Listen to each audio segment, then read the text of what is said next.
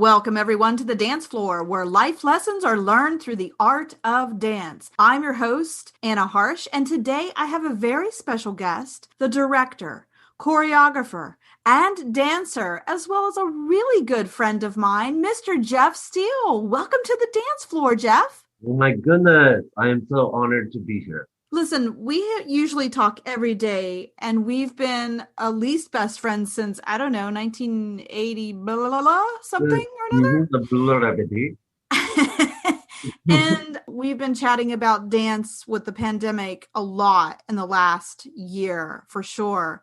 And I know both of us have done so many different dance styles. Tell the audience a little bit about your dance story. I know you have a lot of dance history yourself and different styles of dance you've done. So give us a little droplet of your dance history. I love being, a lifelong learner.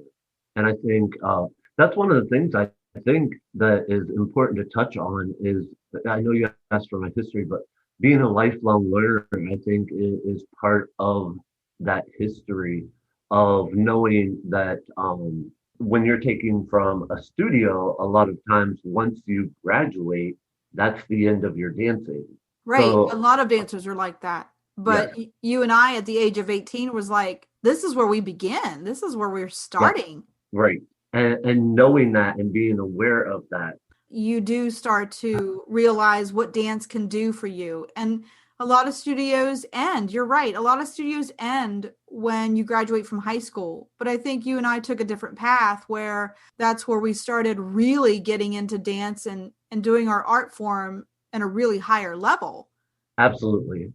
Absolutely. Because once you get out into the world of dance, you're just open to learning lots of different dance forms of all kinds, a lot of different movements, a lot of things you may have not seen in the area you were growing up in, or maybe even just in your studio that you were growing up in. So I think that that real journey, hopefully we can foster the next generation into seeing the journey earlier.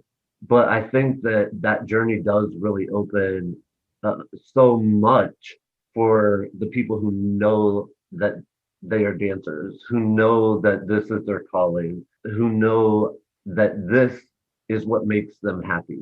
I think you and I both kind of knew that at a year or really a young age that that's what we wanted to do with our lives. We wanted to be Yeah, creative, we wanted to be artistic, we wanted to be dancers and performers. And tell the audience a little bit about, I know you've done lots of styles from jazz and ballet and folk dancing with Allegro with me, and we've done tons of duets as modern dancers. right? But tell us a little Absolutely. bit about your clogging experience, because I know you have a lot of history with clogging, and just tell us a little bit about what you've done. I know there's different styles. I've tried to clog, but I'm really bad at it. But when I watch you clog, it's kind of like you have every rhythm in your feet imaginable. Uh-huh. Well, that actually it leads in to after my studio years. I would say around age 16, I started realizing that the percussive dance really spoke to me. And I had an opportunity at age 16 to join a national team in Parkersburg. And it was really one of those struggles of you're taking from my studio. I don't want you taking from any place else. But at the same time, they weren't offering clogging at the studio that I was attending.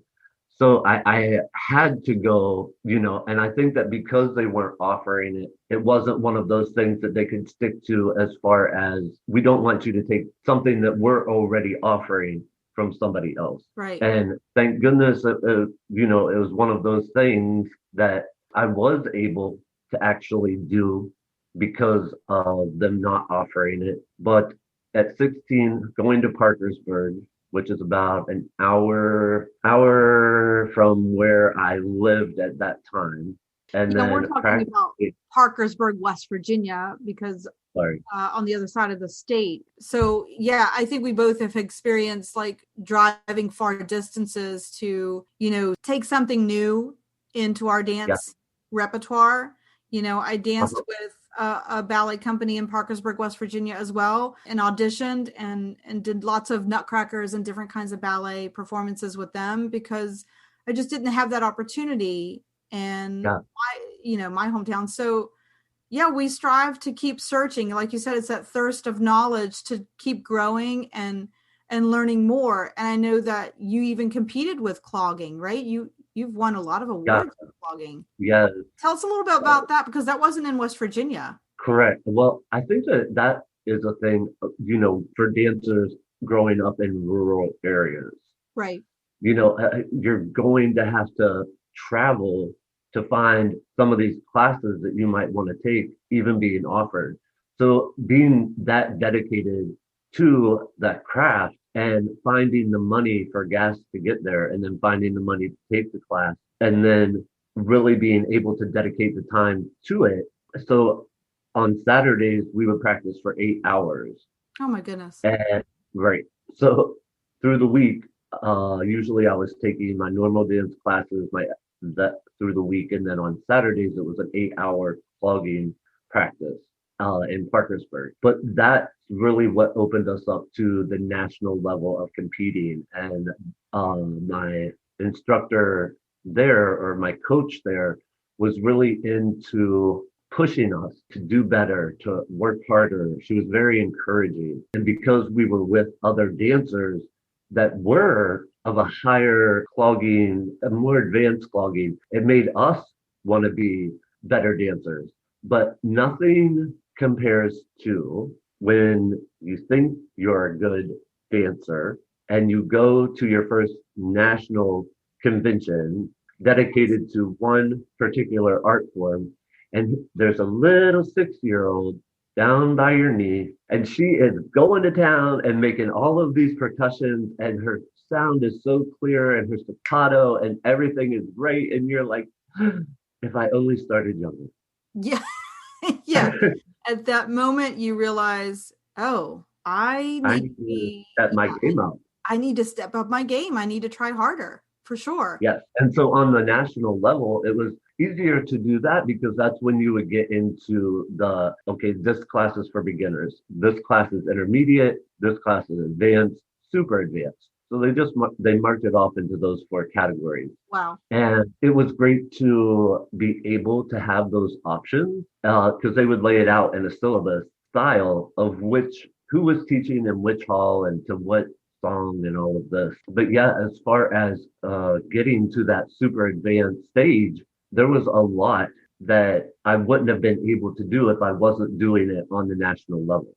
Right. Yes. So, And being mhm, exposed to people of that high caliber has just clearly made an impression on you and stepped up your game to be yeah, able to not only perform it so crisp and so clearly, but to be able to choreograph on others and pass that on to the next generation.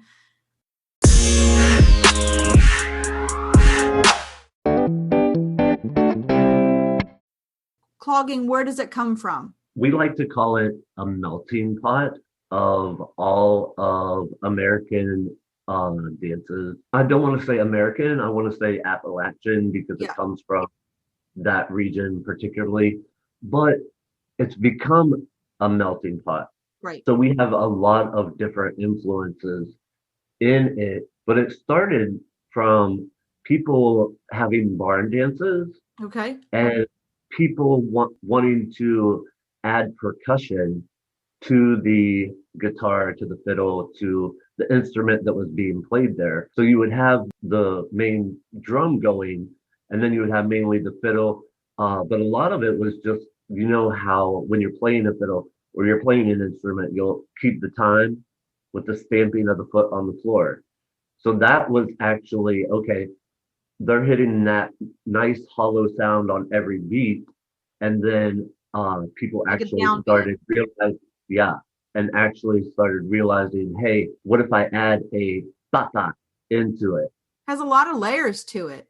There's like that There really downbeat is. sometimes that I hear you do, and Mm, then you do a little bit of syncopation on top of that, and then somebody beside you, if there's a two or three other dancers with you, it's like they're playing their own instruments and it's called their feet. They're Yes. creating their own sounds. Tell us a little bit about, for those of us that aren't familiar with the clogging shoe, it's different from a tap shoe. And I think Yes. it's called a jingle tap. Is that extra tap that's on it a jingle tap? Yes. So on taps, you have just the flat tap. On a clogging shoe, two taps that are connected by two rivets, both on the toe and both on the heel. So, and then usually you'll have a toe guard Okay. for ball dancing. So there's a little metal piece at the top of it that was meant to protect the top of the shoe. But once they started putting it on there, people obviously started using it to make that enhanced sound because it was another piece of the shoe that was metal that would make a sound. Yeah, And like a toe pick, or is standing on briefly on that, your toe for just a second. It does make a different sound.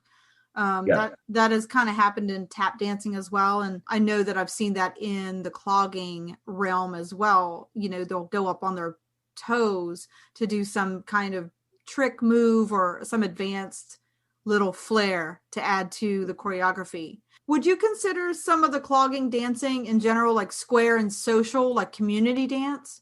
traditional clogging, absolutely. Yeah. So, and that's mainly where its origin came from, was the barn dances were known as courting rituals. They were how you met your wives. It was how you celebrated with your neighbors. So of course, with the fancy footwork, the men want to show off, Sure. and the women want to be able to, give that right Be back a to little them. flirty. Yeah. Yeah, I know the Mhm. women, they have their full skirts that I've seen in the past, full flare, Usually with Finland like a under, crinoline. Yeah. And so they're kind of flirty with their dancing as well. That you picked up on that right away when I started teaching you Italian folk dances, because it's the same thing. The men are showing off with their fancy footwork or high kicks, and the right. women are grabbing their skirts, and flirting back. It's that courtship. Hmm. And that a lot of cultural dances, a lot of different kinds of dance genres use that, because we're all celebrating different things, life, that end of the week, like you said, that barnyard community gathering. Right. Brings me to talking about community and what inspires you as a choreographer in the community. Like, what do you like to choreograph about in general? I know that you do more than clogging. You do Right. jazz, modern, and all kinds of things. So what, as a choreographer, like, what inspires you? Once I go back just a little bit to the so at 16, that's really when I started getting into like the advanced clogging, and it was a very hard, strict, competitive level of dancing. And there's my brothers that I grew up with on that floor, competing against, actually ended up being my fellow dancers when I went to college, which was Oh, wow, that's right. so our whole lives we have been pitted against each other in these solo competitions. And usually there was always, these top five, six, Sure. Yeah, you depending see on them at what every region we were. competition. It's always, Yes. I know, the same top 5 or 10 And dancers. and depending on what age range you were Right. in. So because our age range was, I believe we were, well, each age range, as we progressed, we would progress from age range to age range. And because we were all the same age, Yes. we'd still be clogging against each other Yes. the our entire lives. So, but then after that, when we went to Bailey Mountain Cloggers at Mars Hill, North Carolina, there we all were together. Right. Not competitive, just Not, now yes, dancing not being together. pitted against each other, but like now being able to do group dances and celebrate how good we were, have that respect for each other. And Yes. instead of the focus being now directed at each other, being that collective of now being the powerhouse. That freshman year that came in when I did switched the whole Bailey Mountain cloggers up. Yeah, because our freshman class, it was an extremely talented class. The seniors, they were extremely talented as well. But I remember the director at one point entered us both in the same category at the same competition for the same title. Oh And no. I was heartbroken. And because they had picked the freshmen to go against the seniors. Yeah, that doesn't sound fair. And no, and we didn't want to compete against the seniors. It was a very awkward position. And then they made me the caller of the routine, Oh, which puts me even more in charge that that routine has to be, even though we don't want to do it, this is the position that we're put in. right, Let's show them what we're made of. right. And the seniors came up with a new amazing dance. It was so good. It was so clean. And the freshmen were doing an old dance that they had been doing for years and years. And this was the moment that they wanted to switch up the choreography and try something new. And I went to the director and I tried to have the talk with them, like, let's just introduce the new piece. And, I appreciate the nod to the freshmen, but I think we'd be a stronger team unit if we just presented the new piece on the seniors instead of almost breaking the team apart and pitting us like back against each Against each other. other. Yeah. When we just had come out of, for the freshmen, we had just come out of that sort of atmosphere of pitting us against each other our entire life. Wow. And so, yeah, it ended up though the freshmen won, and That's a hard place to be, and that's a hard lesson to learn at such a young age, and you had to very take much. on that leadership role. But I think that did you justice because, you're the director of your own company now, and you've done tons of different kinds of touring and that sort of thing. But tell the audience a little bit about what the people that you were dancing with, they're called something now. We're all called something. But Yeah. Yeah, there's different groups that kind of came out of that. yeah, absolutely. And one is All That. That's the main group that came out of Bailey Mountain Cloggers. And they're the cloggers that you've probably seen on America's Got Talent. Right. And They they're made now in Myrtle players Beach. to the finals, and yeah, now they have their own show at the Opry in Myrtle Beach. So Yeah, but that shows thus the level that you were working with, that you were inspired by. That's hardcore, and they are dedicated to their art form, and I've seen them perform. I know yeah. you and I have talked about getting them as guest artists and coming in through this area again to Mhm. do workshops, and maybe once the pandemic is over, for sure we can strive to have We've some. got an open invite to be on that team. That's awesome. That's how we are. I mean, we're literally brothers. They know if they would lose, if a dancer couldn't do a show, literally they could call up the brothers that they grew up with in Yeah. Bailey Mountain Cloggers that they And still reach out to, and they're like, "We have somebody that's out. Can you fill the position?" And just like that. I Isn't mean, that nice yeah, to have that camaraderie and that networking and that collaboration? it's everything. That's what it's about, though, to be there for each other, to help each other and improve each other, for sure. Like you said, you really, even though you were pitted against each other, but it pushed you both, all of the group to go further and further with your talents and to see how far can I really take my talent. And So you have yeah, it really truly is your brothers and your sisters. yeah, you And would you do want to anything for see them. your brothers and sisters succeed. And no matter what path they may take, I think that when you're in a group and when you're dancing with a group, you have that dance family. Yes, You'll always have that dance family forever. And yeah, you might not like what stepsister is doing over there, sure. but when it comes down to it, you're there for her if she needs it, when she needs it. Yes, And I think that that's the beautiful thing is that being able to cross reference throughout clogging and then being with Allegro and then being with the studio that I came from and being in other groups, it just grew the family. right. Do you know what I Yeah, mean? you just keep expanding Absolutely. what I always call my never ending circle of friends and dancers that you keep networking with. I mean, you and I have worked with people across the United States and then some to other countries Absolutely. that we still keep in touch with. We still miss dancing with next to us. And you're right. We take a little piece of them with us every time we get to encounter someone else that maybe has a different style, a different point of view of dance, or Right. something else that kind of pushes us and maybe pushes a door open, maybe to allow us to learn something new about a different group of people that you've never experienced before. Agree. And I think a great example of that is you and I. I Yeah, came from the folk dance of Appalachian dance, and you were doing Italian folk dance. We're both folk dancers. right. And then when we were finally able to get together and just just Brainstorming.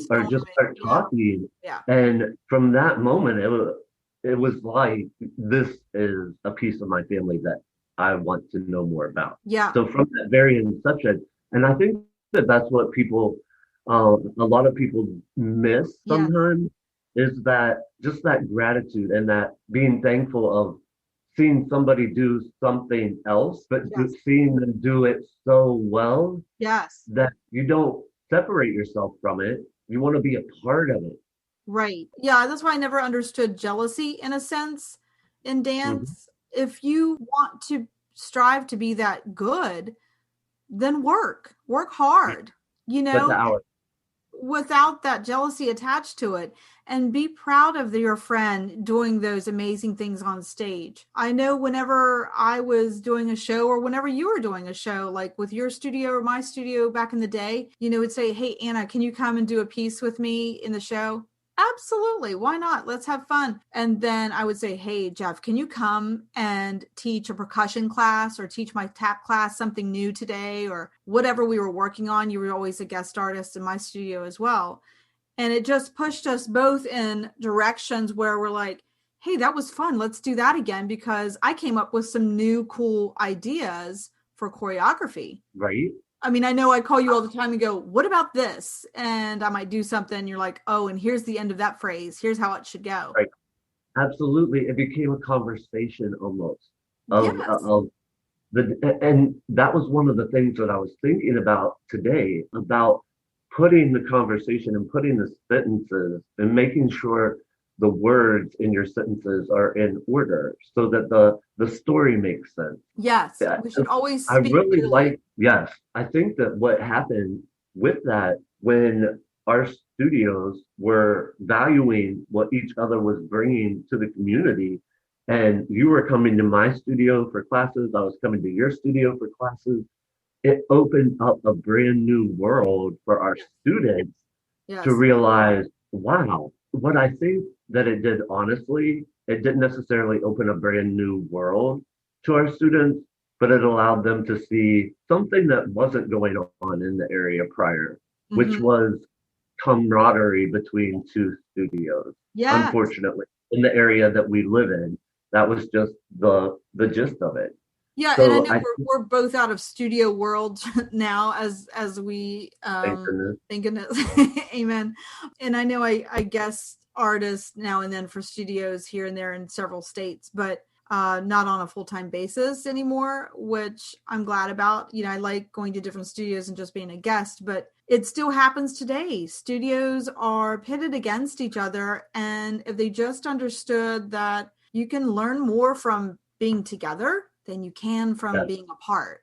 And yes, what are you teaching your students? But that we have sides. And that's not what dance is about. It's a community that, correct. we are all learning from each other. And I understand that you're all fighting for parts, maybe in a company or in a institution, that kind of thing, but you're still a part of a bigger community and you're still learning Hmm. from each other, and we need to teach those students that people can work together even if they have different views or businesses, that sort of thing. We had a blast. I Yeah. We And always if work not together. now, when? Yeah. If not now, when? In this current climate, Yes. if not now, when? Yeah, Because now's the we time to see call how another things have, studio. They're all suffering. They're all yeah, suffering.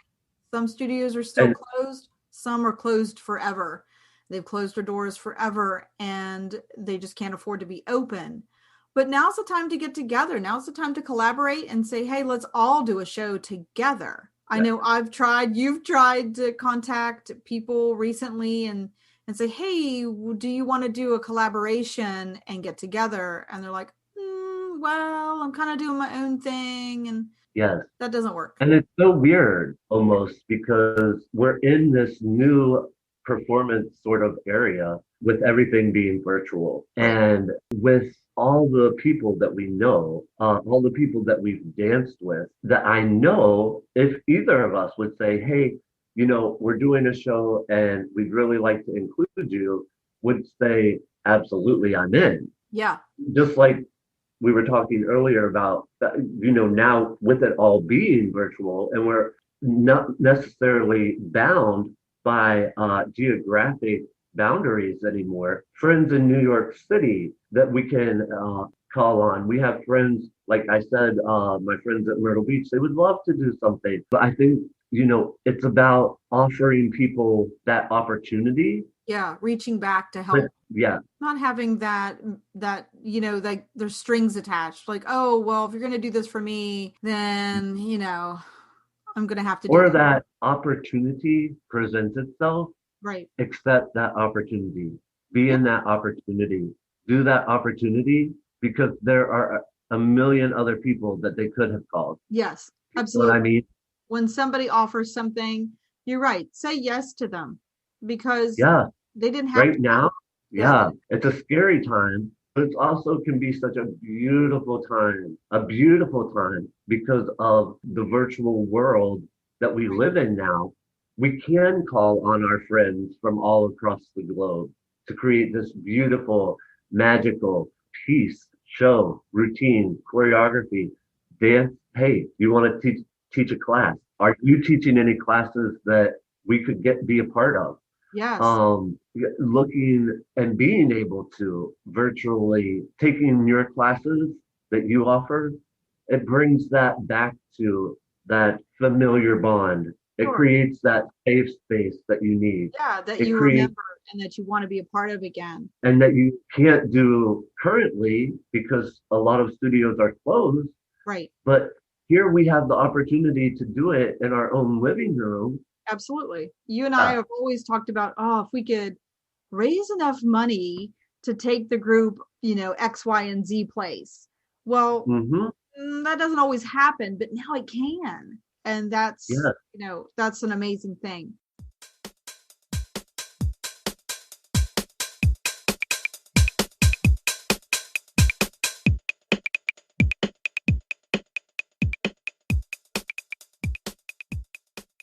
Where can the listeners get a hold of you? Usually Ignite Entertainment Variety Show, where you can do Phoenix Academy of the Arts on all of social medias. You've got Facebook, Instagram, Twitter, TikTok, all the good things, all All the those fun good things. things. But And yeah, and Ignite Entertainment Variety Show or Phoenix Academy of the Arts.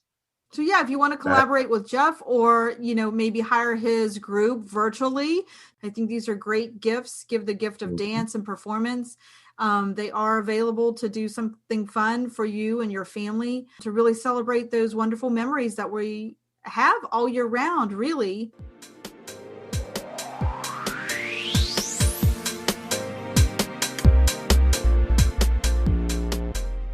This has been delightful, but you're always welcome on my dance floor. Hopefully we get to dance together in person. Who knows? Thank you for having me. So thanks everyone for joining us on the dance floor. Don't forget to like, share, and subscribe. I'm your host, Anna Harsh. And until next time, keep dancing and moving on the dance floor.